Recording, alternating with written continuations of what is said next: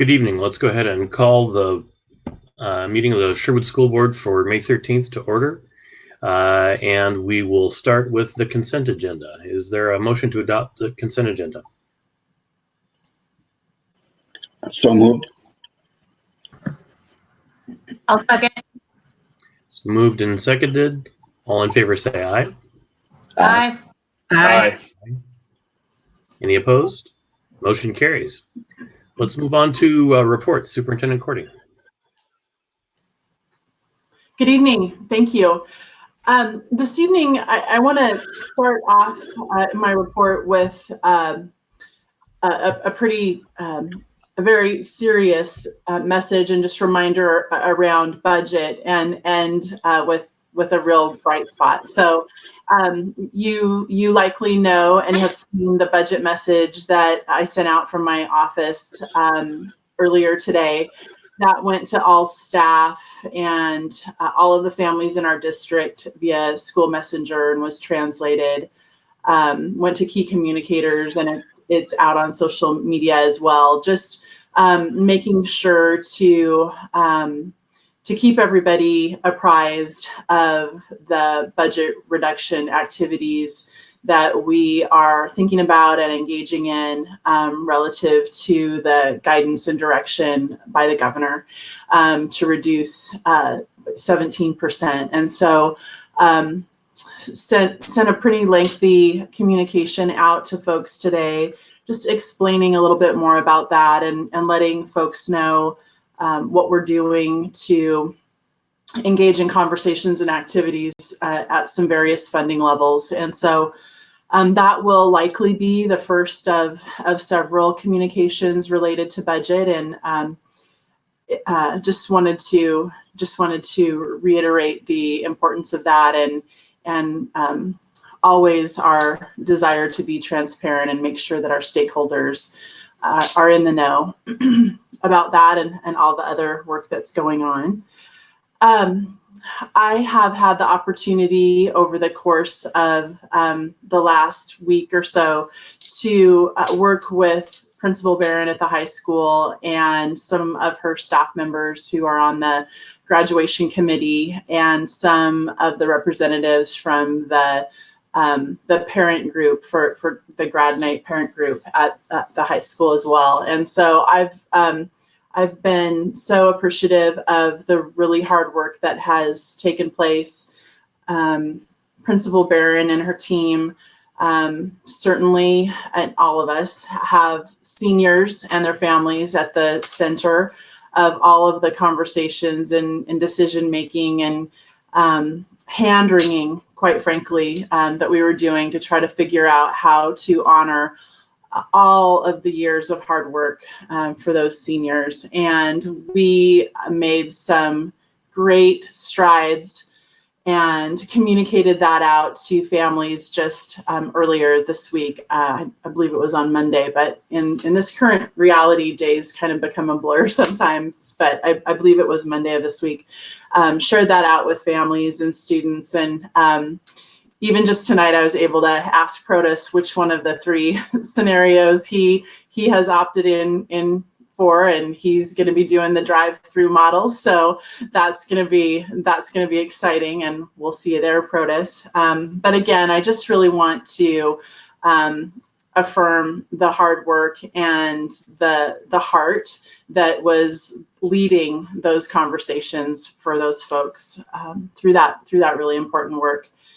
Also, I've had the opportunity over the course of the last few days to work with Ms. Funderhide as we've started to think about what 8th grade promotion can look like at both of our middle schools, recognizing that those are the last 8th grade classes in the current configuration in our school district. So Ken Bell has been a huge help in all of those conversations, specifically as it relates to the facilities, the sites, and how we can maneuver in and around those to really do the very, very best that we can for those kids and their families in a really, really very challenging time. And I'll be meeting with elementary principals next week, and we're going to be talking about 5th grade promotion and how to make sure that we're being consistent as always, but especially when we've got some elementaries that are just not accessible because of the transformation projects. And so those leaders are already being really thoughtful about what that could look like. Last but certainly not least, and this is the biggest bright spot, and I wanted to save it for last, is just my ongoing appreciation and gratitude for the work that our teachers and staff are doing. They are working harder than they have ever had to work before, and they worked really hard before. We are in the throes of distance learning and continuing to educate while also tending to the social emotional needs of our 5,100 students is no small task. And I know so many of them are at home with their own children, worried about family members who might be ill or have compromised immune systems and might be more susceptible to the virus. And I have again, a huge appreciation for all of the work that they're doing and for our leadership team for remaining positive and nimble and extending grace and support to our staff. So thank you. And that concludes my report. Great, thanks very much. Next up is SCA, Ms. Cochran.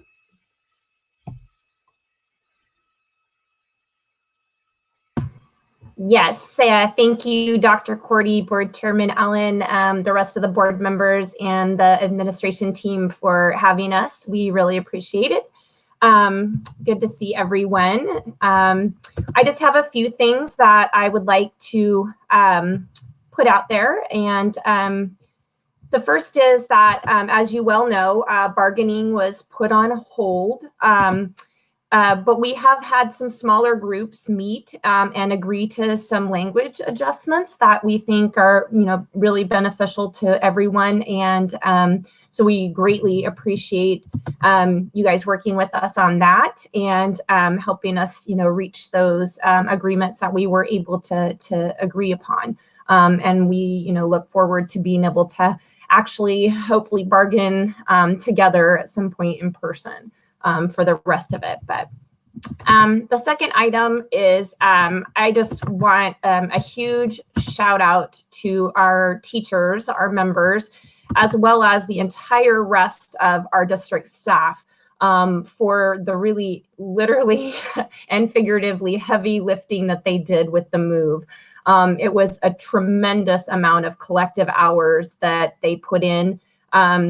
Getting ready everything for the transformation move. And it was just a really collaborative spirit. I mean, everybody just really pitched in, including support staff and just everybody where there was a need. There was just, anyone and everyone stepped in to say, yeah, hey, I'll help and get it done.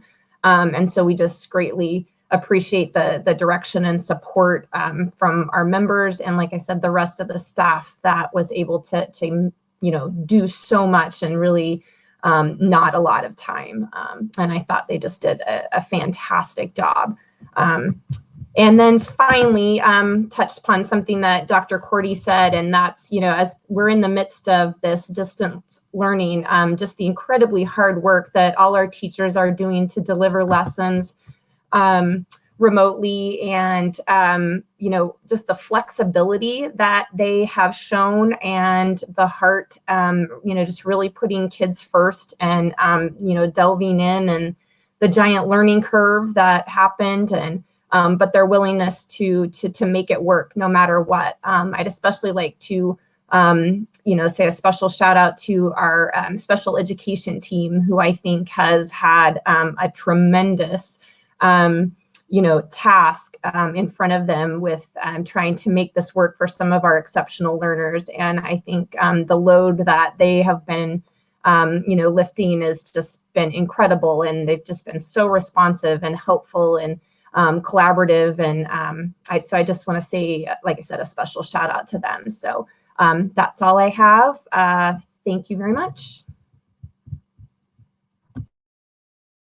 Great, thanks so much. And I just want to echo Dr. Cordy's words earlier and yours just now, and thank you and all of your members, all of our classified staff, our administrators for the just incredibly hard work they have put in during this time, and and just the heart that's gone into this work. It's really been, I know, incredibly challenging for everyone, but it's really appreciated as well. I got a message that Councillor Rosner is not able to be with us tonight, so we'll move on to student representative Protus. Good evening. I just have a few things to share with you guys. So in the last couple of weeks, we've been working on trying to develop like a website for students to like vote for ASB election and class officer election. We're gonna be finishing that pretty soon, and then we'll open elections for ASB on Friday at 12. And this Tuesday, we posted a video on for like staff appreciation. And we've also been like working on like a slideshow to present to send to the staff, and that's pretty much what we've been working on for student council.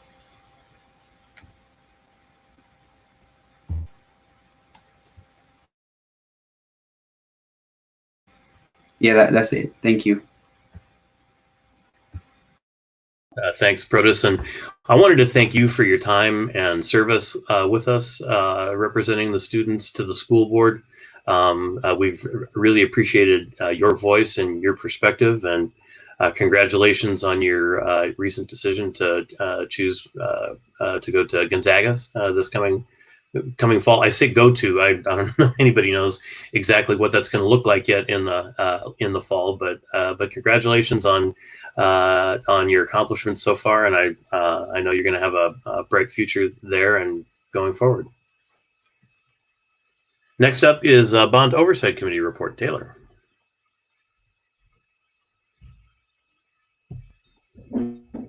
All right, thank you, board. And we had a virtual meeting this last month, as many of you did, and of course our biggest concern was the impact to the schedule. We were glad to hear that due to some creativity and some flexibility with the schedules and the different, really the leadership of the both the contractors and the school district's team, that they were still confident in the schedule. And even with some, the roads taking a little longer than they thought, they still were pretty confident in that. And several of the transformation projects were able to be accelerated. We were glad to hear.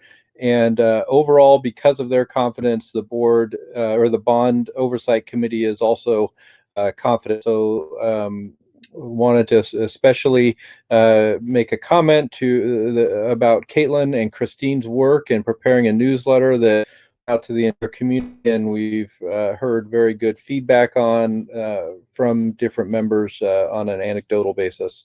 And that concludes my report. Question?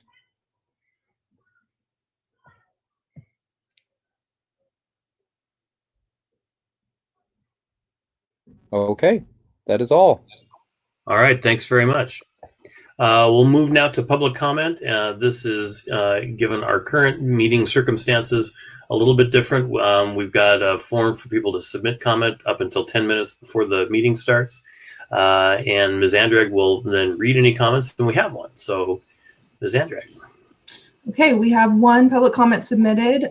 Brian, I apologize, I will probably pronounce this wrong. Brian Amer at 15824 Southwest 1st Street in Sherwood. And the public comment is as follows. Dr. Cordy and Sherwood School Board, thank you for your work with the Sherwood schools during this challenging time. My daughter is a 6th grader at SMS. I'm sure these plans are in the works, but I have not heard much about whether our schools will be open this fall and how we will handle the challenge of the COVID-19 pandemic. Thankfully, the virus has not spread much in Sherwood. However, this likely means that 99% of Sherwood residents have no immunity or antibodies to the virus. If we have a case of an infected student at one of our schools, it could spread quickly through the community. Are plans being developed to test students for the virus on a regular basis?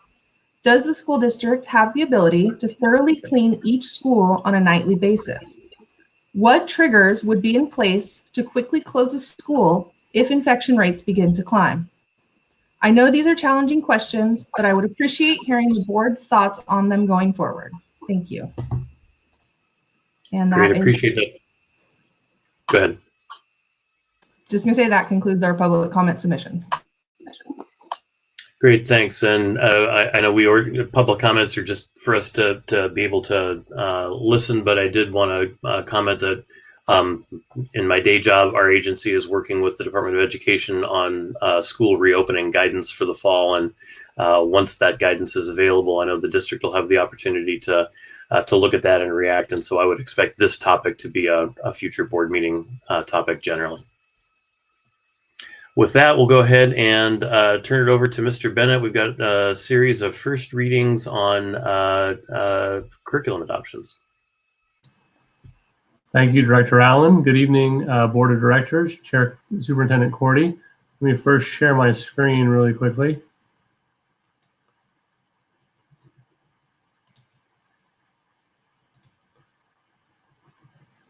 Okay, hopefully that's projecting the way it's supposed to. Thumbs up. Thank you, Christine. Okay, so tonight we're here to have some discussions about some curriculum adoptions. The first is for high school English language arts. I'll introduce in just a second Marlene Carroll and Sarah Riley, who are here to present with me. They're actually here to present, and I'm here to just introduce them. Before they start, I really want to commend some of their work. Sarah Riley's leadership with the high school team over the last couple of years, over the last 3 years to get to the point we are today, and really transforming the way we're approaching high school English language arts. Her leadership has been really strong in that way. Marlene Carroll and Melissa Barron also helped jump in and lead this process when they arrived on the scene. When you start making shifts in educational practice, it becomes challenging, and one of the biggest challenges is the loss of people when they move to something new, the loss of a favorite novel that they've been teaching for years, or a favorite unit, or one of those things. And navigating some of those losses and moving an entire department forward is a really challenging thing. And I'm so impressed with their work and the grassroots effort that launched this.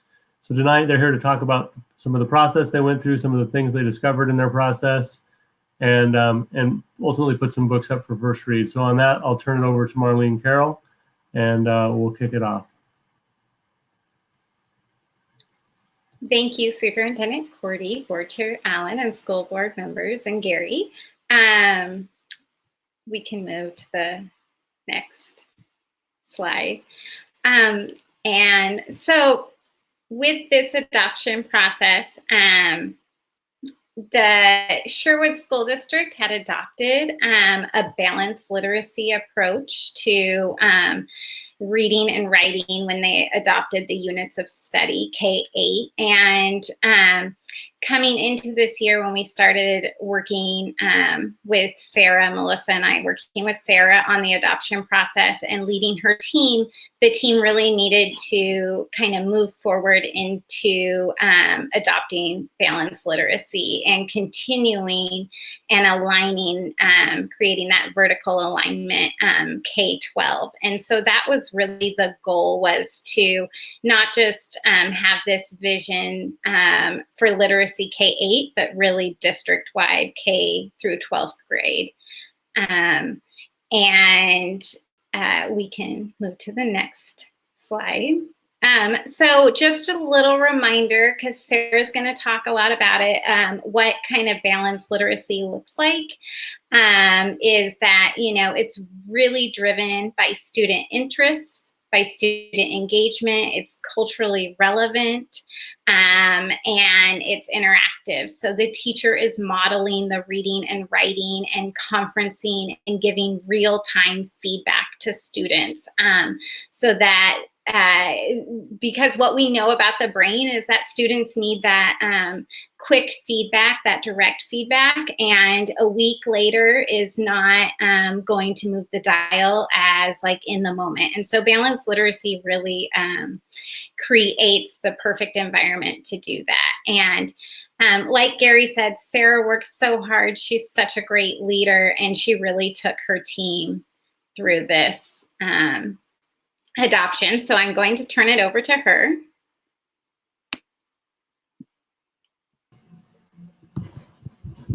Thank you for the kind words, Gary and Marlene. Good evening, Superintendent Cordy and Board of Directors. Thank you so much for having me tonight. So as you can see, our journey in this adoption began about 3 years ago, and it was actually perfect timing for us because we were already in the thick of some student survey data, which revealed that our students weren't finding themselves personally connected or engaged by our required texts. And through this data, we learned that students were reading very few of our assigned books or none at all. So as you can imagine, that was pretty hard information to swallow, but it was exactly what we needed to hear to move forward. In the meantime, a group of us were already drawn to and inspired by the research of Penny Kittle. She is for sure an expert in teen literacy, and for some of us in the department, she is the go-to person for reading and writing ideas, helping us help students find passion in what they do. So her work definitely nudged us to try out choice reading as an easy first step into a more student-friendly and equitable curriculum. And then this inspired us to begin work on our choice reading classroom libraries as our first step. So next slide. So I wanted to just sort of kind of illustrate our growth and our story on this slide. As you can see, in 2017, not all of our department members were as excited about our idea, but after some pilot runs, a department read of book love, and the sharing of some successful student experiences, more teachers were interested in trying it out in their classrooms. And as a group, we learned very quickly that even just setting aside some protected time in our classes, students found themselves more interested in books. And even some of our most reluctant readers shared that they had finished their very first book and were finally feeling like a reader for the first time in a long time. So that was so great to hear.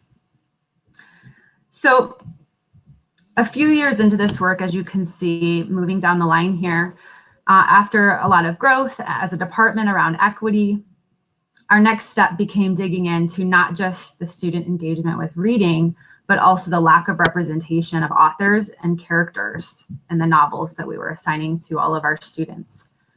Most of our required books were written by older white male authors and mostly classic titles. Very few of them were contemporary.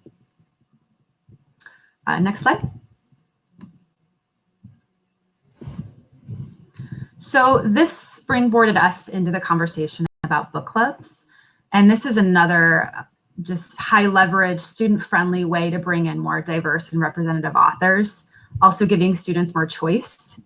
And not just what they read for fun, but also what they read to be a learner and engage with grade level skills. So with book clubs, students choose what books they read, what they want to invest their time in, and that gives them so much more ownership. And they also at the same time learn to navigate the books with a small group, learning important discussion and collaboration skills.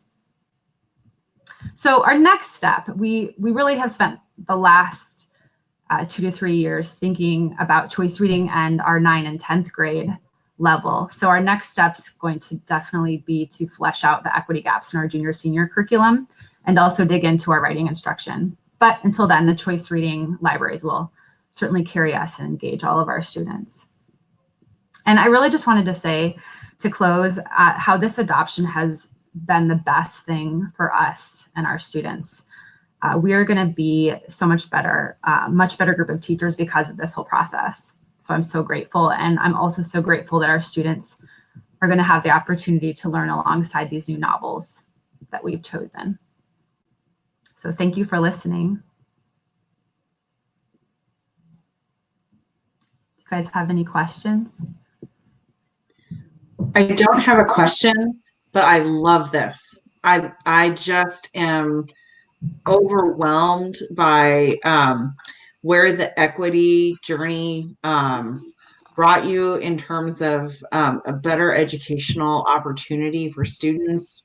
the willingness of the team to think creatively and to let go of what I'm sure are very hard choices. The idea that they won't read Lord of the Flies in high school feels, for someone of my generation, like sacrilege. But I think it's fantastic that there's a recognition that maybe there's a better way to reach students than just doing what we've always done because we've always done it, and giving them a chance to find their own interest and their own voice and their own love of learning. I think it's fantastic, and I'm just so proud and so excited about this opportunity for our students. Other questions or comments?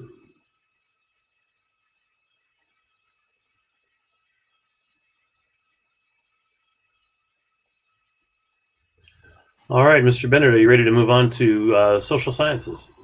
Yes, I just wanted to thank Sarah for her time tonight and for her leadership again. And I just think it's really impressive that you and your team looked at an adoption process not as a way to adopt new curriculum, but to really think critically about how you teach. And so thank you for your work, and I echo the words of Director Adamson.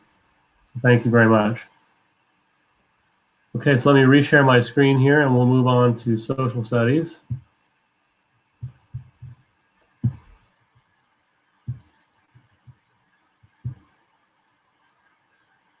Okay. So social studies, I would like to introduce Sarah McCusker. She and Marlene Carroll are going to present on social studies. And much like the language arts adoption, the social studies adoption is a bit transformative also at the high school level. It's one thing when new standards come out, it's easy to dig in and think about how to stay with the way we've done things and teach the new standards, or you can really look at things openly and say, how do we get all these new standards to kids, and how do we change what we do to open things up for kids, and to really take a new look at not only giving up what we have to give up in that sense of loss, but also the opportunities that come anew. And when they put this together, they really were thoughtful about not only the curriculum they need to put in place, but the course structure that they'll talk briefly about and we'll talk more about in the future that will change starting a couple years down the road, or not this year, but the following year. And so some really impressive, deep and thoughtful work. And again, great leadership by Sarah McCusker and her team, and Marlene and Melissa Barron also jumping in. So on that note, I will turn it over to Marlene and we'll jump into the social studies adoption. Thank you. So the social studies team also was kind of mid-adoption when Melissa and I kind of jumped into working with the high school, and Sarah just is exceptional in her work and her knowledge and her thoughtfulness around her team, and her team really did a lot of work on analyzing the standards and the new standards that were introduced, and just looking at equity and history and who tells the story of history in our traditional social science curriculum, and moving that forward so that it's innovative and we really see people of color and hear their story, people who are not, who are minoritized and aren't typically represented in curriculum. And so they did so much work around that, and we can continue to the next slide. But that was kind of what we centered the adoption process on, was analyzing the new standards and making sure we're hitting them throughout the sequence of 9th through 12th grade, and providing culturally relevant materials, and just inspiring students to be informed citizens as they navigate the world after high school, and really focusing on updating some pretty outdated materials. And like I said before, Sarah led her team through really challenging conversations, and did it with just innovation and balance and creativity. So I'm going to turn it over to her. Thank you, Marlene. And good evening, Superintendent Cordy, Board Chair Allen, and Board of Directors. And thank you for the opportunity to present to you tonight about my Social Studies Department members and the work we've done especially the last year. We started a few years ago, but things really ramped up this year and we were able to accomplish a lot, even in our shortened school year. I'm really proud of the work that we did as a department. We were able to come together to ultimately create a revised social studies scope and sequence, as well as select 9 new textbooks. So we were able to accomplish quite a lot, and I'm really excited about it. Ultimately, we strongly believe that these changes and new adoptions are going to better serve all of our students and have a really big impact on their learning. So as you can see on this slide, our work this year took place mostly on 2 big work days, all-day work days, and then in between, we used some of our CLT time to really refine what we were working on as well. So our first task, as Marlene and Gary both mentioned, was that the social studies has new standards from the state of Oregon, and in fact, some of them aren't even published yet. We just know they're coming soon. So we had a lot of work to dig into those standards and identify, what are we missing? What are we not teaching? Where do we need to fill those gaps? And also, what are we doing really well that we can continue? And ultimately, we discovered that we really needed to change our whole scope and sequence if we really wanted to fully address those standards in a meaningful way, which was not what we were expecting going into it, I don't think. And so that was a big wake-up call for us. But it really worked out great because we were able to come up with a new revised scope and sequence that we are very excited about, that we think is going to be really good for our students. As Gary mentioned, we're going to tell you more about that in the fall, but really our work going forward was really centered around how can we now find curriculum that would align with this new scope and sequence and allow us to address all of the standards in a meaningful way. So our February workday, we got together to try to evaluate different textbook and curriculum options for 9 different classes. And this included core classes, electives, AP, on level, 9 through 12. So it was a pretty big job. But we were able to really look at texts and try to analyze how can we find a textbook that would really reach our kids the way that we want it to. Some of the things that were really important to us were finding books that scaffolded and supported student learning at multiple levels, including English language support, SPED skills, as well as TAG students. We also looked at how books dealt with controversial issues. History, of course, can sometimes be a controversial topic, and so how a book approaches those can really have a big influence on how a student perceives history. We also looked at how books treated traditionally underrepresented groups in history, and if it treats groups as an other versus as part of our collective story. And finally, we use the equity lens to think about all the additional resources and how our students would interact with these resources. Ultimately, we were able to achieve 100% consensus with 11 department members on 9 different textbooks, which I was very excited about and felt like a very big victory. So if we could go on to the next slide. Just as we entered this adoption, when we first started, there were certainly some people who said, well, why don't we just do everything the same? Let's just order more textbooks that we're already using and keep our classes the same. As I mentioned, we quickly discovered that that wasn't realistic with the standards, but it also wasn't realistic with the textbooks we currently have. They're very out of date, which is really clear, especially when you look at the portrayal of historically underrepresented groups. When you look at the educational approach, a lot of the books don't have organizational cues to support students, no glossaries, no Spanish language support. And they leave out, important information that is now really important context in the way that we approach social studies education. So on the next slide, I've highlighted the really exciting things about some of these new textbook selections. So one of the most exciting things is how these texts treat diverse groups. We looked at throughout all the texts for how they treat traditionally underrepresented groups.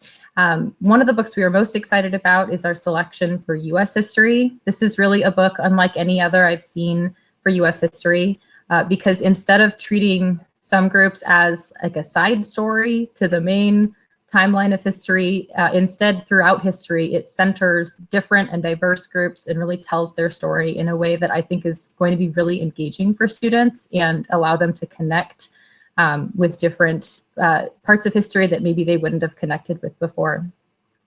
Another thing that we really like about our selections is that there's a lot of support for student learning built into the texts. So for example, several of the books have Spanish-English side-by-side glossaries. The books have very clear essential questions at the beginning of units or topics that will help guide student learning and student inquiry.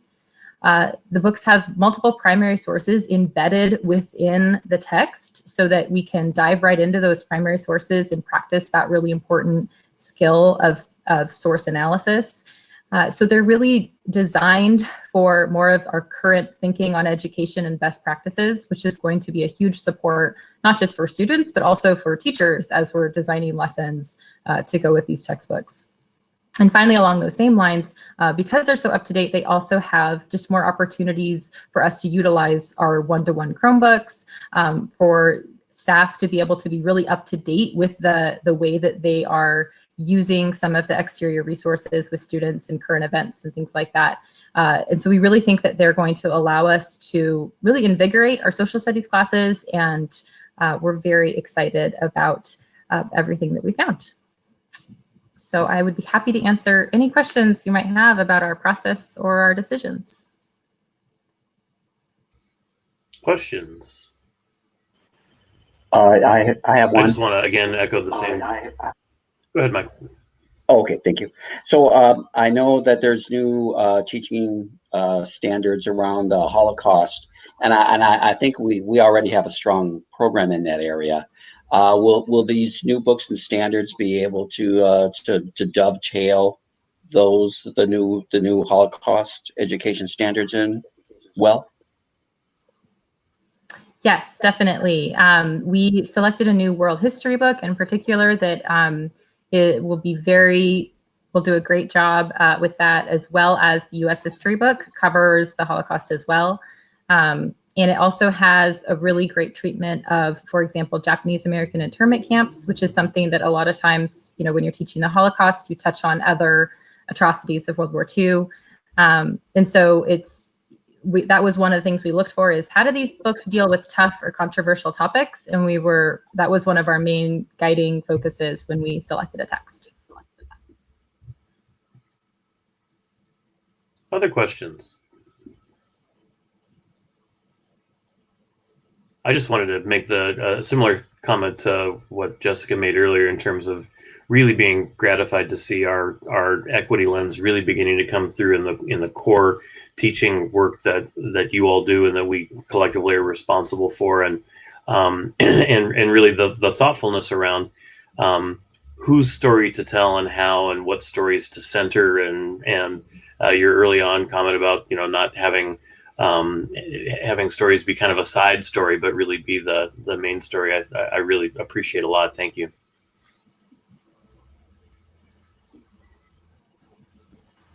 All right, Mr. Bennett, are we ready to move on to culinary curriculum?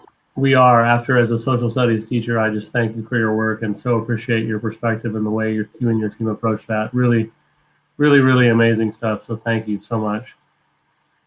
And a great job presenting the work of your team. Excited to hear about the new course structure next year from you. So moving on, this last one is on culinary arts. And Culinary Arts is another program. We plan to bring you a larger presentation next fall to learn about the new program as we get it launched. Today, Mr. Mitchell is going to present on behalf of the team. This is a dual credit program, and when we've done dual credit adoptions in the past, our book choices are very limited because we have to align with our dual credit partner. And we have just always done a more abbreviated adoption process just because the selection is more limited. But Mr. Mitchell's here to talk tonight about, so it's a dual credit program. We'll come back in the fall, give you a presentation with the team. Hopefully we can do that in person at some point in time in the future. But for tonight, Mr. Mitchell will talk about the process, a little bit about the curriculum they selected, and we'll put these books up for first read as well. So in that, I'll introduce Mr. Mitchell. Good evening, school board and Superintendent Cordy. Thank you for having me here to present on the culinary arts. We're very excited about this opportunity that has presented itself with the new building, and as well as trying to develop CTE pathways within our school offerings. As Gary said, this is a dual credit program, but it's also a pathway that students can work towards following the Perkins grants and pathway connections with community colleges. We started this work a couple years ago when I first got to the high school, and it was quite exciting to see the teachers trying to figure it out and wanting to do additional things for our students, trying to find some high wage, high demand jobs that we could help train students for. And like I said, in conjunction with the new high school, this was a great fit. Got the opportunity to go with a couple of our teachers, our family and consumer science teachers, to a few different schools around the region and observe different programs and how they were conducting their courses. Got to see a great variety of what different schools did. McMinnville does a great deal of catering for their program. Tualatin, for example, does a great deal of in-house sales and production, two kind of extreme ends. And so trying to design our program, and one thing that we needed to do was find a quality curriculum that would support all of our classes, from our introductory foods course all the way up through our highest level hospitality management type courses. And so we've selected ProStart. It is, without any question, the industry standard for education in culinary arts. With the connection to the community college, it's what they use in their programs, and so it's quite required as the curriculum, which is nice that it is high quality. Our teachers have aligned it already to the different courses that students can take, and it supports every single one equally. So we're quite excited, and we feel like we've done a great deal of research to pick a high quality curriculum. So thank you again for having me, and please let me know if you have any questions.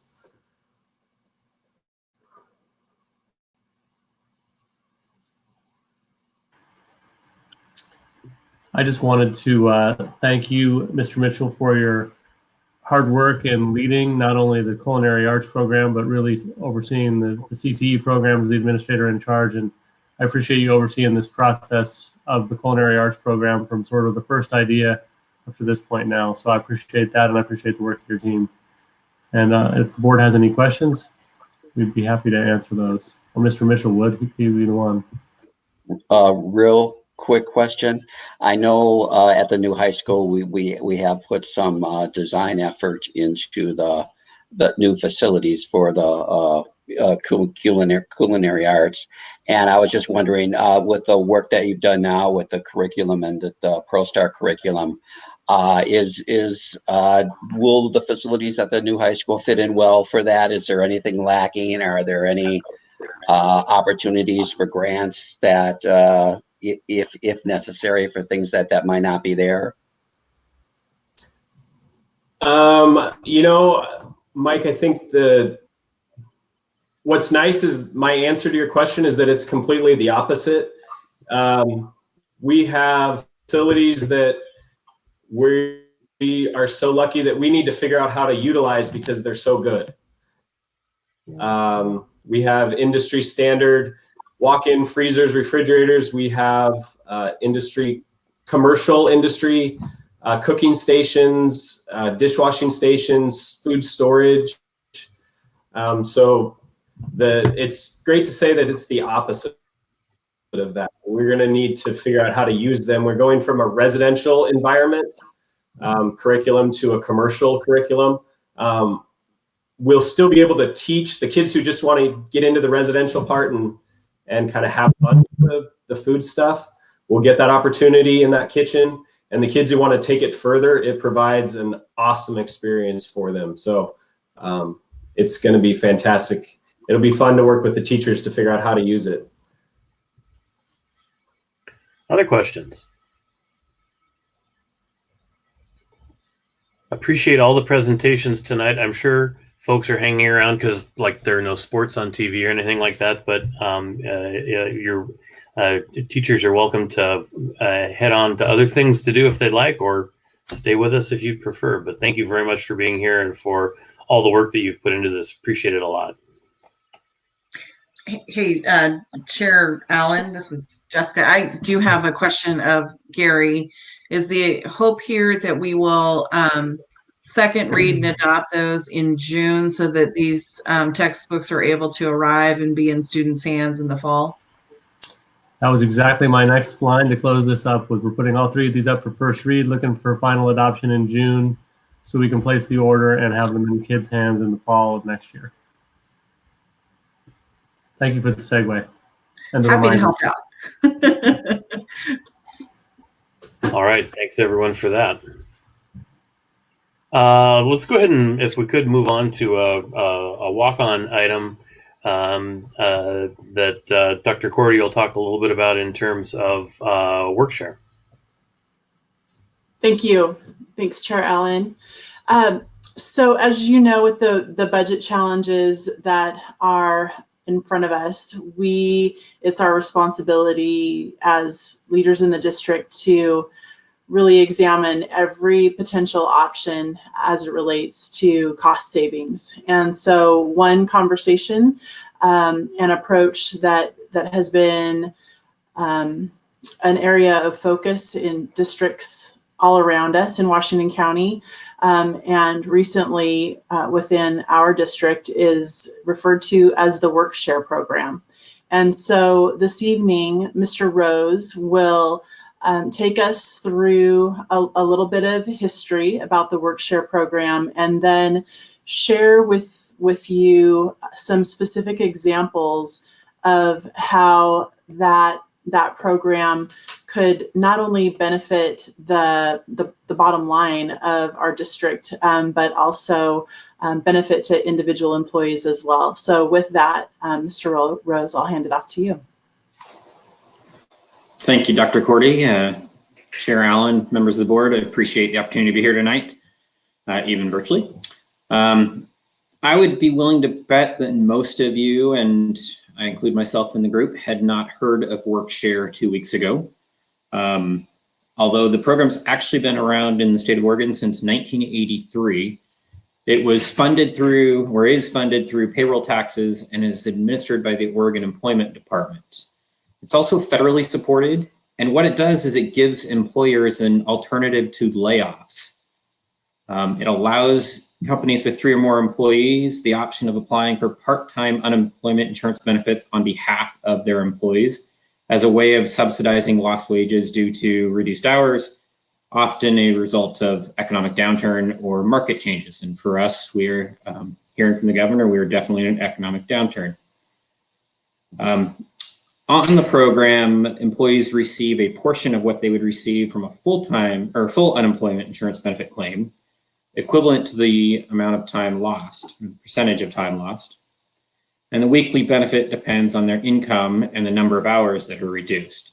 The reason this is important to us right now is because of the Federal CARES Act and the way the additional $600 per week comes into play that can actually be a benefit to our staff while also allowing the district to save significant resources. And I have to be honest, when I first heard Portland was doing this and started kind of listening to what it was about, it seemed fishy or strange. And I personally didn't really like it, but I recognize that as a steward of the public taxpayer dollar, I really did need to look into it and see what this meant to the school district and what it could mean to our budget both this year and next year. And given the governor's direction to state agencies to cut by 17%, or 8.5% over the biennium, 17% for the next year. It was something that really had to be explored. But it also has to be explored in a very short time frame, because the Federal CARES Act money expires at the end of July 25th. And so this program is really only in place or in play for us for the next 2.5 months or so. Getting into the program consists of submitting a short form on how the program will be used and certifying that we will follow the program rules and guidelines. One of the key which is that employers continue providing health care benefits and retirement benefits under the same terms and conditions as if the employee was working full-time and working their normal hours. We did have to submit, or we do have to submit an application on behalf of the district. We did that over the last weekend. It required that we got the signatures of our labor groups. And I just want to say how much we appreciate both SEA and OSEA in working with us, talking with us, and agreeing to sign the application. The application is non-binding, and so we may go through this exercise and decide we do or do not want to pursue it. But by doing the application, we have the opportunity to. Obviously, if we didn't do the application, that door is closed for us. And the signatures by the labor groups does not bind them to participate either. So we would have to, in the near future, negotiate an MOU to discuss furlough days and anything else that's related to the program. I will pause momentarily to see if there's any questions. And if not, then I'm going to move on to how this directly affects the school district and resources. Any questions for Mr. Rose? I'm not hearing any. Plug ahead. Jump in if you need to. I'll be sharing my screen here. I would ask maybe Dr. Cordy, will you let me know if you see the WorkShare spreadsheet? Yep. Yes, we see it. Thank you. So this is a spreadsheet that Phil put together. Appreciate his help on doing so. Looking at just what kind of savings could this mean to the district on a daily basis by group. So certified, classified, and other, the other being administrators and confidential non-contracted folks. I'm going to start in column E with, well, C, D, and E for our certified group. As a group, the salaries for that group is $19 million, a little over 19 million. Divided by the 190 days gives us a savings per day of $100,000 roughly, plus about $8,000 for the FICA, workers' comp, and unemployment. Moving to GH and I, our classified staff, that accounts to $27,000 for a day, plus the $2,200 for FICA, workers' comp, and unemployment. And then for our other staff, the savings per day is about $11,000. Just shy of 12 when you add in the FICA, workers' comp, and unemployment. As you can see from line 016, our total savings per day, per furlough day, would be right around $150,000. And Phil ran the numbers out based on the fact that we have people whose years end sooner than others. And our estimated savings, if we were to start this week, would be right around $758,000. It's probably not realistic to think that we'll have a furlough day this week, so it's more likely next week or beyond. And so that 758 would likely come down for each week that we passed. And I'll pause again there for a moment. One thing I should point out, one of the key things that we really believe that we need to do is to make sure that all employees are held harmless. And so as we would look at implementing the WorkShare program, we would want to do it in such a way that people didn't lose pay and actually would potentially come out better. And so that would be my segue into the next section of spreadsheets. If anybody has questions, though, I'll pause.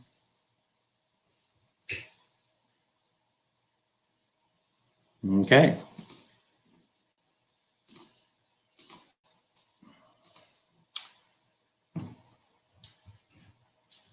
So again, we want to make sure that no one is harmed financially.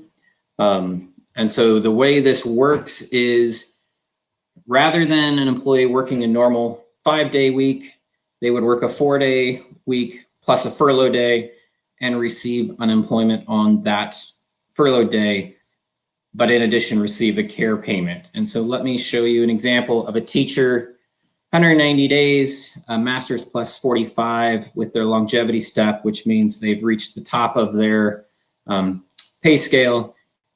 They have a day rate of $437.78. That gives them a weekly total of $2,188.90 in a normal regular work schedule week. Under the work-share program, they would have the same daily rate for the first 4 days. On the 5th day, the furlough day, they would receive an unemployment amount from the state of Oregon for $129.60. And this is based on 0.125% of their annual salary. But they'd also receive the $600 federal CARES payment amount, giving them a weekly total of $2,480, an additional weekly salary of $291. So they would actually make, under this, $291 more per week than they normally do. I'm going to give you an example of a newer teacher with a bachelor's, still a 190-day contract. Their weekly total on a normal week is $1,098.30. With the furlough option, they would receive $1,582.98, an additional weekly salary of $484. We have a couple of our classified examples here. This one being a full year custodian, step 4, working 8 hours a day. Their daily rate is $139.44 for a weekly total of $697.20. Under the work-share program, their weekly total becomes $1,248.40, an increase of $551.20.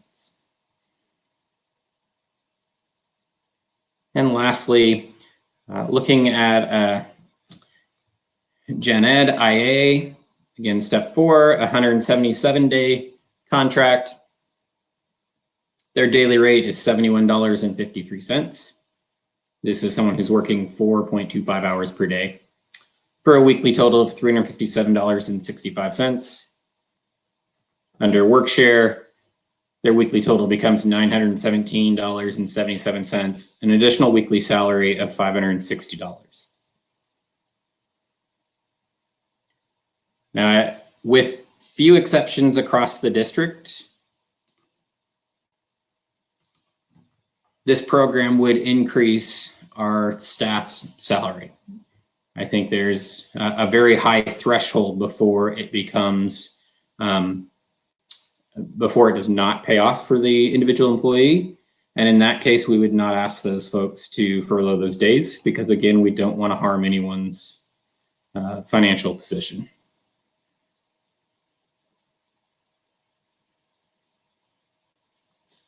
Jessica, you have a question or would like to speak? Yeah, thanks. So Jim, like you, I think when I first heard about this program, I was a little like, man, this sounds a little too good to be true. And most things that sound too good to be true are. And that's how you end up talking to like the Division of Financial Regulation about whatever scam you just went through. And so I was a little nervous about, even having us look into this, thinking, gosh, are we asking our employees to do something? And also, I think really aware that our teachers and our IAs and our staff are working harder than ever to deliver really quality education. They are busy every day. They are working hard every day, and they are connecting with our students. So to go down this road would be to acknowledge that there would be things that are, that this would be hard for them given how hard they're currently working today. And so I think, though, as more information has come forward and the reality of what the May revenue forecast may bring with a $3 billion loss in this biennium and corresponding losses in the next, I think the challenges that we're going to face as a district are pretty grim. And so I think as we continue to evaluate this option, which hopefully we can do very quickly, I like you, Jim, have come to a place where we owe it to our kids to think very creatively about how we take advantage of opportunities that would preserve 6 or 7 teaching positions heading into subsequent years. These are really big resources. These are big dollars. They mean a lot to the district, and really are about preserving access to education in subsequent years, because we're not going to come out of this recession that's induced by a virus. It's not going to happen for a while. And so I want us all to think really creatively and to try and get there as quickly as we possibly can to take advantage of a program that will hold our teachers and IAs and others financially harmless. It takes away additional education opportunities, but I want to be really clear that from my perspective, taking advantage of this is about us recognizing the financial storm we're heading into. It's not out of some misguided perspective that may be there, that teachers aren't working even harder than they do when they're in person, because they are. They're making huge sacrifices to deliver education. Our IAs are still connecting with their kids. Our SPED and IEP folks are doing amazing work. And so I just want to be really clear that for this board member, this is about us trying to preserve all of the dollars we can in a way that does not harm our teachers in the near term, while recognizing that this will have an impact to kids. This will have an impact in the community, because our folks are working real hard today.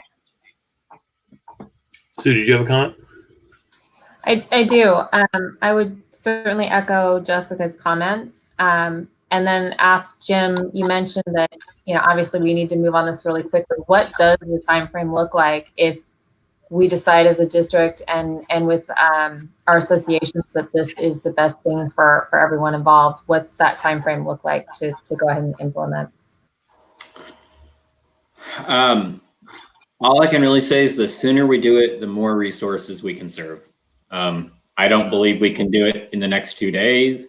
I do think we could, with a lot of effort and working side by side with both our labor groups and other groups, that we could potentially get it done for next week. As you see, the numbers are significant. It's $150,000 per day that we are able to take it while we're fully staffed. As we get closer to the end of the school year, those and beyond, that number reduces up until the July 25th date at which it no longer becomes feasible for us. Other questions or comments?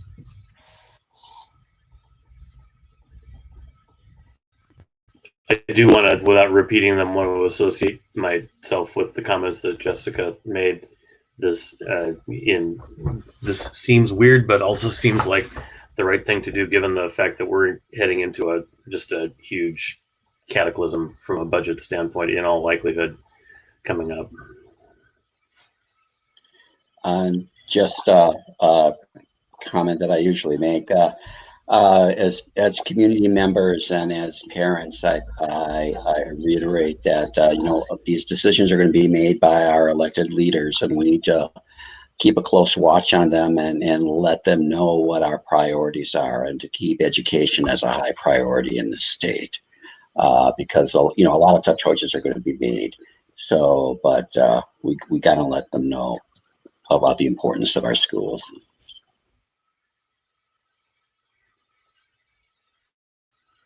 All right. Anybody else want to make any comments on this issue? If not, then Heather, I'll turn it over to you for our last item, bright spots. All right. Thank you so much.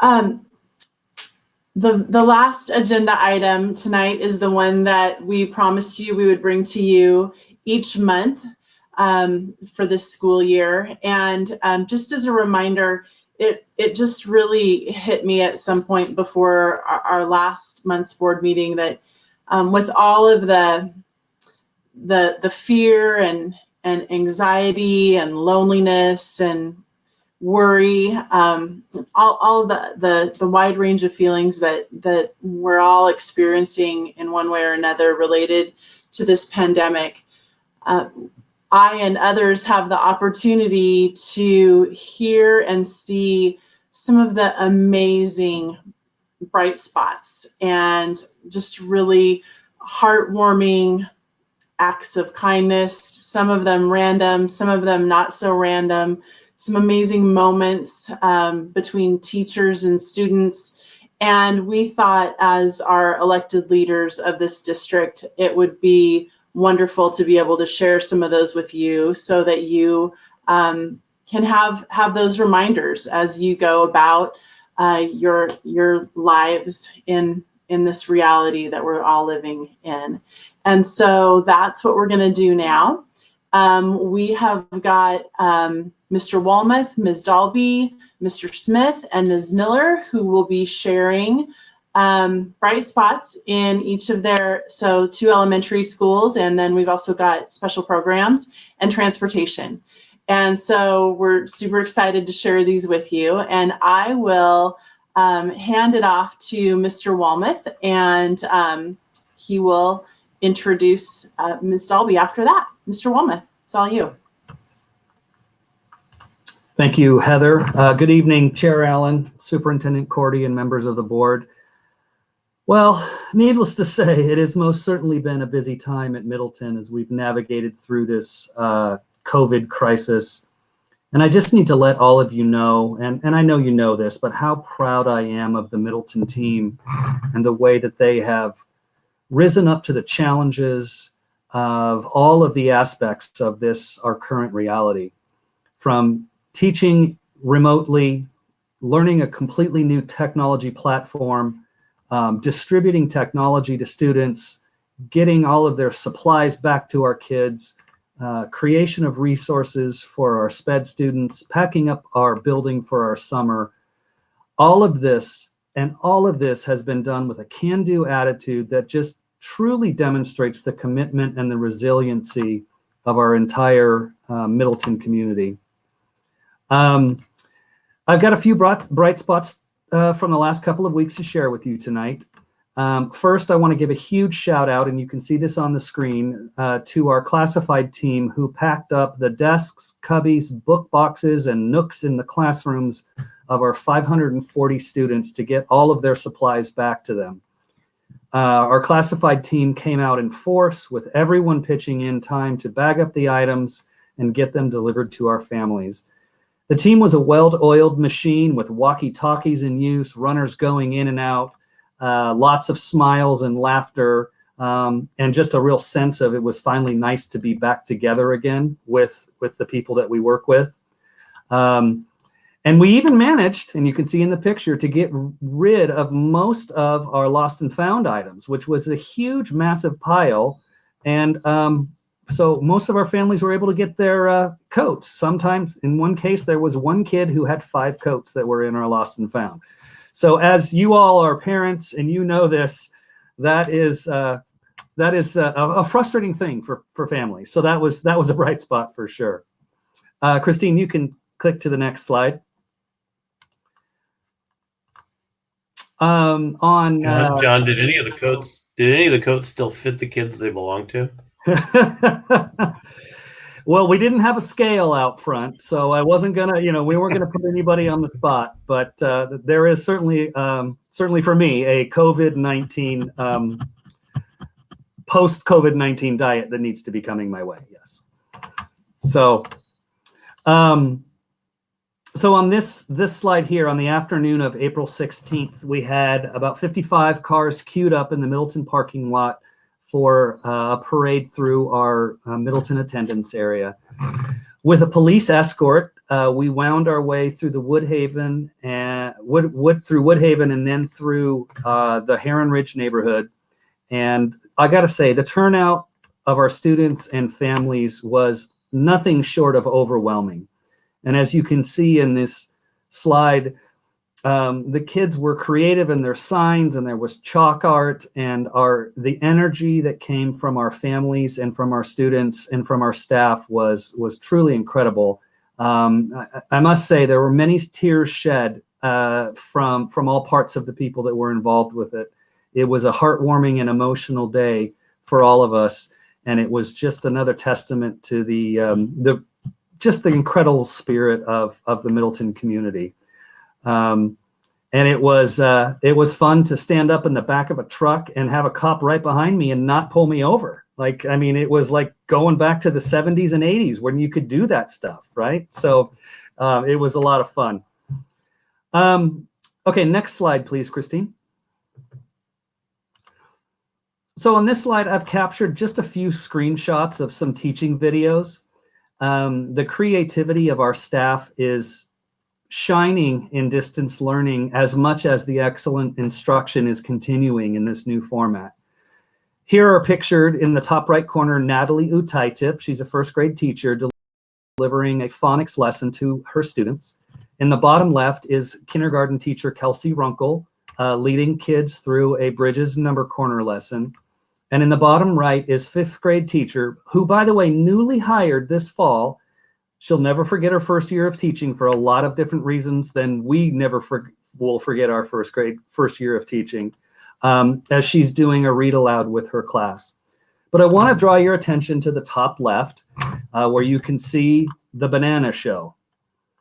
So fifth grade teacher extraordinaire Jeff Schott has come up with a fun way to host a show and tell with his students each week in his class. And for those of you who don't know Jeff, he's a phenomenal teacher who has a very eclectic, creative style about him that allows him to bring out the best in every single one of his kids. And he regularly brings puppets into his classroom, which sounds really corny, but it works. Fifth graders totally buy into it.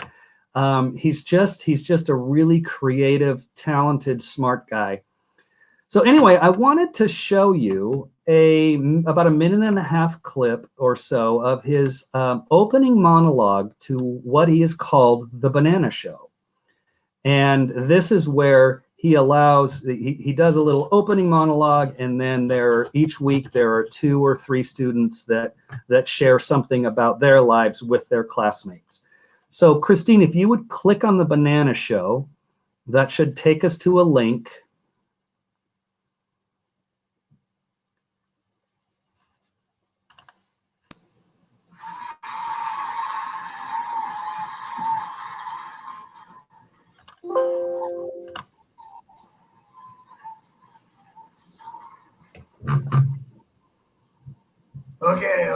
Okay. Thank you very much.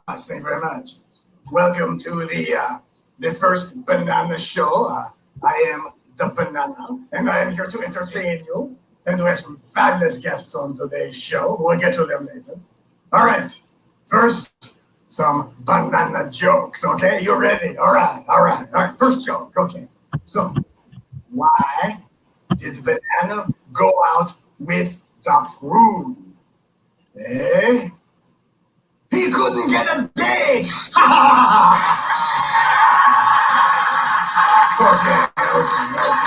All right. Thank you. Okay, next joke. Okay. Why don't bananas snore when they sleep? Eh?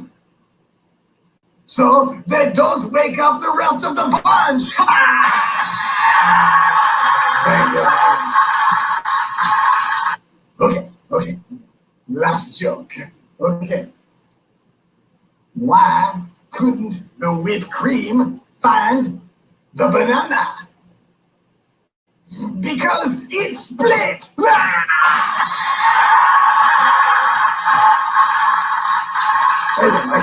Hey, that was like a really appealing joke, eh? Hey. Well, you try and be funny when you're like floating around in a giant yellow room. What is this place? I don't know. It's weird. Okay.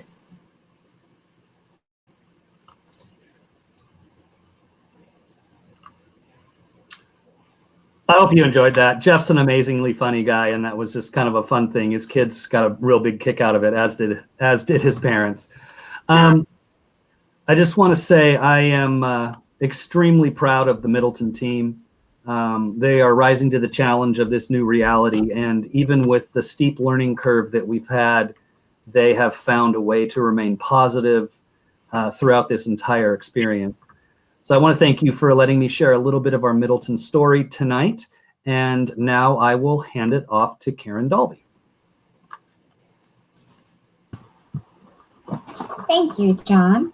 Good evening, Board of Directors and Dr. Cordy. Last month, I shared with you how proud I was that our special programs staff has been working tirelessly to seek creative solutions to reach and teach our students. Tonight, I'm happy to share with you 2 examples out of many, highlighting the amazing work of Sherwood's special program staff. This first example is from a kindergarten English language lesson. Each week, our elementary emerging bilingual students have been virtually traveling to a new habitat.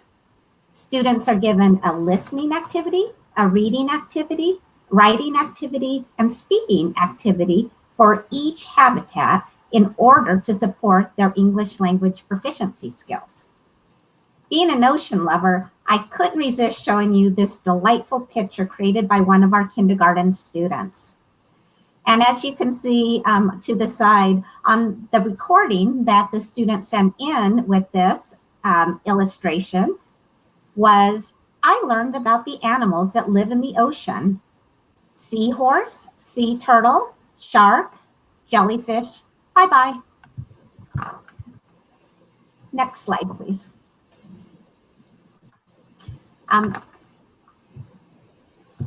So this next example is a lesson from our high school skills program, and it's about civil rights. This team of learning specialists and instructional assistants have created numerous custom lessons to meet the individualized needs of our students. This video by Lisa Swartout, who is an instructional assistant at our high school, is just one of the tremendous work of this, and it's just, one example of this work of this team. So Christine, could you please play the video? Welcome to week 3, guys. It's hard to believe that we are already 2 weeks down in this distance learning process, and we are starting another new week together. You guys have been doing awesome. I'm super impressed. It has definitely been an adjustment, not just for you, for me too. I really, really prefer learning together at school in person. So this has been definitely different, and I've had to get used to it right along with you. And it has been kind of fun making videos and slides and coming up with creative new ways to learn. But at the same time, I'm just really looking forward to being back in school together. So I'm trying to be patient during this process right along with you. So this week is going to go much like it has gone the last couple of weeks. You guys have the routine down. We are going to start every day with question of the day. I love question of the day. It makes me just like super happy to read back through your responses. It always makes me smile. So thank you for engaging in that with me. And then we will have slides where there's a little bit of reading to do. We will have video slides and some slides where you have some questions to answer. And again, we will wrap up on Friday with another open note quiz. So that's the routine. We're going to stick to that each week. It seems to be working really well. So again, just keep up the good work. This is our final week studying the civil rights movement before we move on to something else next week. And I know that some of the things that we've had to study and learn about have been sad. It doesn't exactly give me warm, fuzzy feelings to think about people being treated unfairly. But I want to point out that it's important to learn those sad things that happened in the past. They help us make the future better. So let's get started on another week together. I'm looking forward to seeing your answers. Thank you for thoughtfully answering all the questions and doing all of the work. Please reach out to me if you need any help at all, or just want to say hi, or anything that you want to share with me that's going on in your week. I always love hearing from you guys. Keep up the good work and have a great week. I will talk to you soon.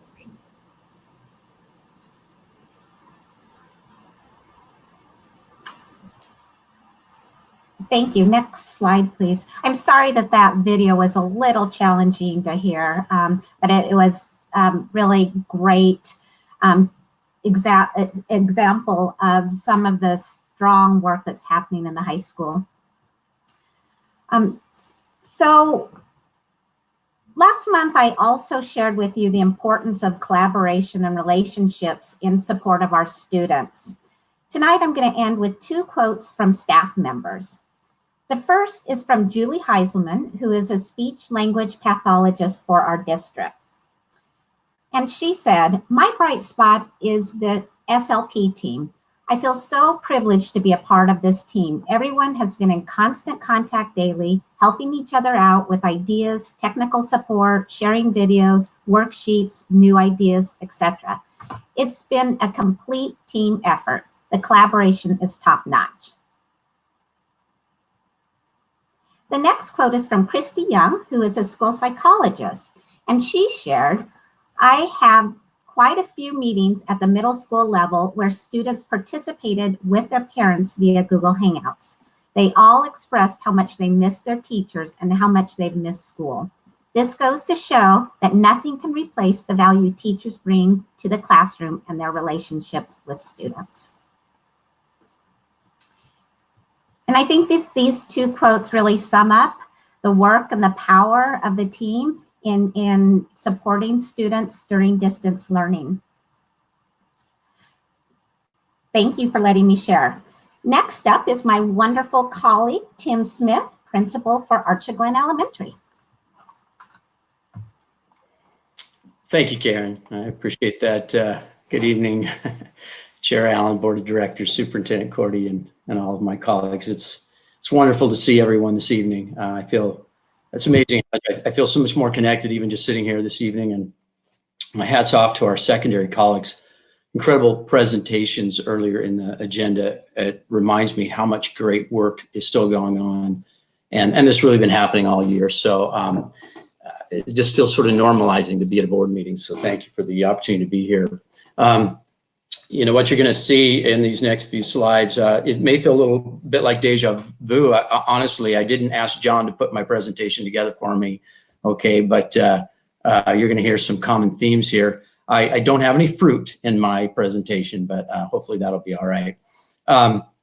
So these are just, of course, a couple of things that we might consider bright spots within the AG community since, you know, late March. And so the first slide, if it looks somewhat familiar, you might imagine that was the Archer Glen parade that occurred on a beautiful Thursday afternoon in April, early April 9th, I think it was.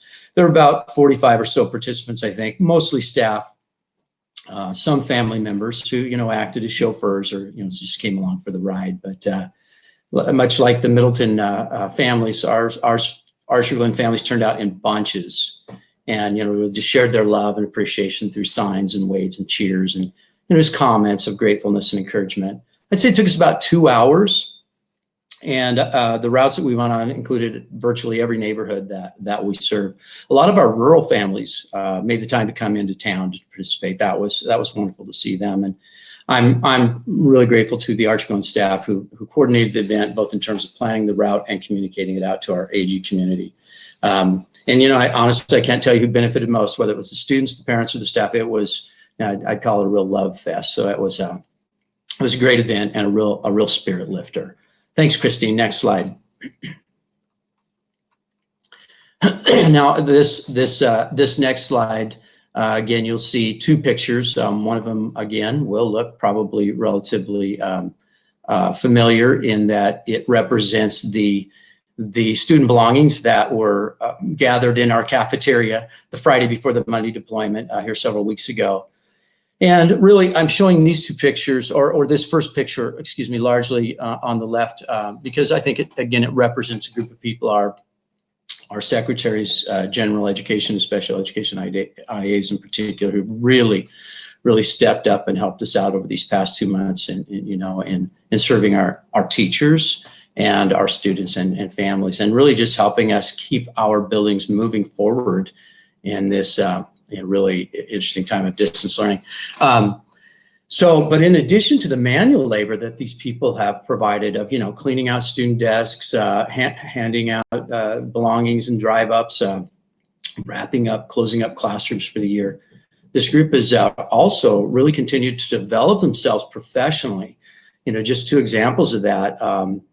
Our general ed IAs, under the direction of our instructional coach, Kim Yago, have been engaged in a book study called Fostering Resilient Learners by Kristen Sowers. And I think, I'll just let the title speak for itself. And then that's a weekly meeting and gathering, and they assign themselves homework and really stay engaged in the conversation that matters. And then our special education IAs, not to be outdone, they've been engaged in a series of webinars related to social skill instruction and development, as it pertains to special needs students who struggle in that particular area. And I'm really grateful for Deanna Russell, our new wellness room coordinator, who's been directing that and leading and hosting that work. The conversations they're having related to these topics are super rich, and they're really just focused on the students that, we have the privilege of serving every day. I'm really, truly grateful and proud of this group of professionals.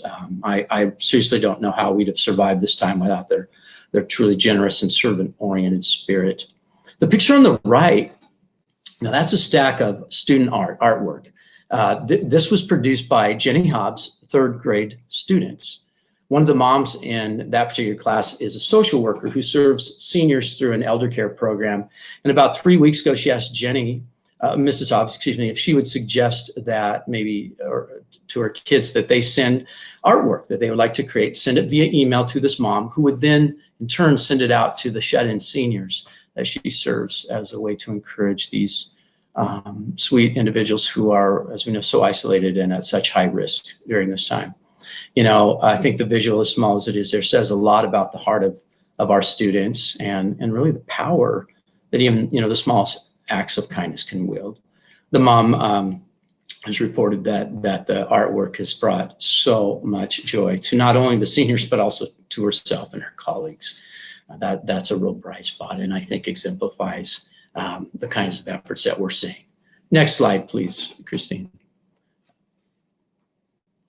Now, this final picture is more a personal bright spot, I suppose, for me, a little bit of reflection. It's a picture of a lilac bush that's just outside my back door.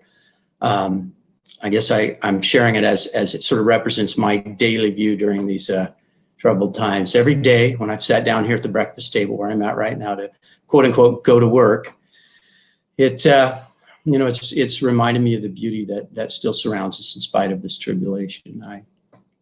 I share the picture because it also sort of represents a lesson that I seemingly have to relearn every so often, and that's to slow down and notice what's right with our world. I'm sure that's not an exclusive thought to me these days, but being kind of forced to stay home and isolate has really resulted in the slowing of my daily pace. And I've noticed that the things I might normally not even notice have suddenly sort of revealed themselves to me. And I feel like I'm sort of rediscovering simple joys, things like a quiet moment or maybe the pleasure of an uninterrupted and extended conversation with my bride, even maybe the satisfaction of completing a jigsaw puzzle with my daughter. So, these simple things that seem kind of obvious now, but can quickly become passed over in sort of normal business of life. So I suppose we'll all learn a lot from this, maybe, much of which I suspect we're still yet to discover with what's to come. But my hope, at least for me, is that I will remember to, slow down a little bit now and again in order that I can, truly notice, enjoy, and appreciate, the beauty that surrounds us. So thank you so much for your time. Thank you, with all sincerity, for your ongoing courageous leadership and for your support of all of us in schools. And thanks for this opportunity tonight. I'm now going to hand you over to our amazing Director of Transportation, Sandy Miller. Thank you, Mr. Smith, and thank you, the Superintendent Cordy and School Board, for giving me the chance to share some bright spots for transportation since we've been not actually driving buses. I wanted to start out with a bright spot that's actually kind of a mutual bright spot for both transportation and nutrition services. This last week, we started in partnership with Nutrition Services. We helped open up 2 additional hubs. So we have a hub at each elementary school and 4 stops out in our rural areas to better serve our students that are in need of meals. And I checked with Zan before or today to see what our last week's numbers were, and we served 1,000 more breakfasts and 1,000 more lunches last week. And our numbers are actually growing this week. Some of our rural stops are getting families coming to those this week that we weren't seeing last week. So it's all a bright spot, and the drivers really feel good about doing it. It makes them really, really feel good about being able to serve students again. So next slide, Christine, please.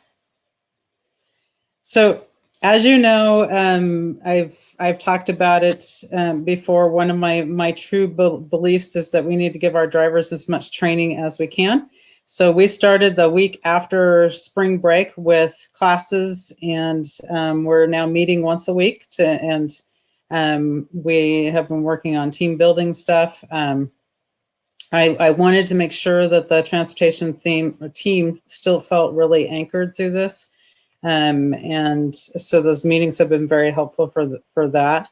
In the upper left picture there, you see all of us gathered. We had every transportation employee gathered for, in that case, a pre-trip class in which we went through an entire pre-trip virtually with a training guide that we had made up. And one of our trainers, Dan Hagan, turned it into a class. And so we've had classes on pre-trip, student management, special needs student management, student stops, communications. I built one on the NTSB report for the Indiana tragedy where some students were hit when they were crossing the road. There were a lot of lessons to be learned from that particular event. So we're taking advantage of the time to teach our drivers trainings that maybe that go beyond what ODE requires of us to teach them. So it's been a really good opportunity for that. And finally, probably one of our biggest bright spots is that we're utilizing the time to prepare the routes for fall of 2020 with the boundary changes and the bell changes and so many changes affecting transportation next year. We're using this downtime. We implemented a new routing software earlier in the year, and we're using this time. And I have put the communication out to families that we will have the routes posted for them by June 15th. That will give them much more early communication than we could have ever dreamed of giving them prior to having this opportunity to actually have time to work on them this early. So that for us is a very big bright spot. You might see buses out driving around through the neighborhoods. We're currently timing the routes and taking every effort that we can take to ensure a smooth startup come fall. So thank you for your time. Thanks for allowing me to share a few bright spots for transportation.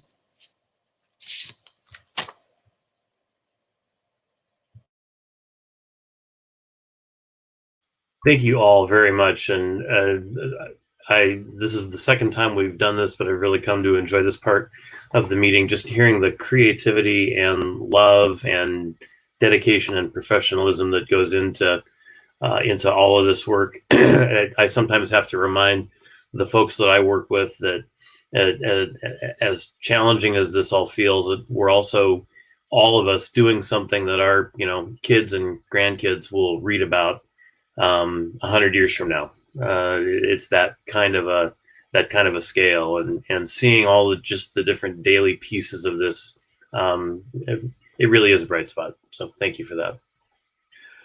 Dr. Cordy, anything else we need to talk about tonight? I don't think so. I think that covers it. All right. Then our next meeting is, I want to get this up here, June 3rd. And with that, if there's nothing further, we will go ahead and stand adjourned. Thank you. Thanks, everybody. Thank you, everyone.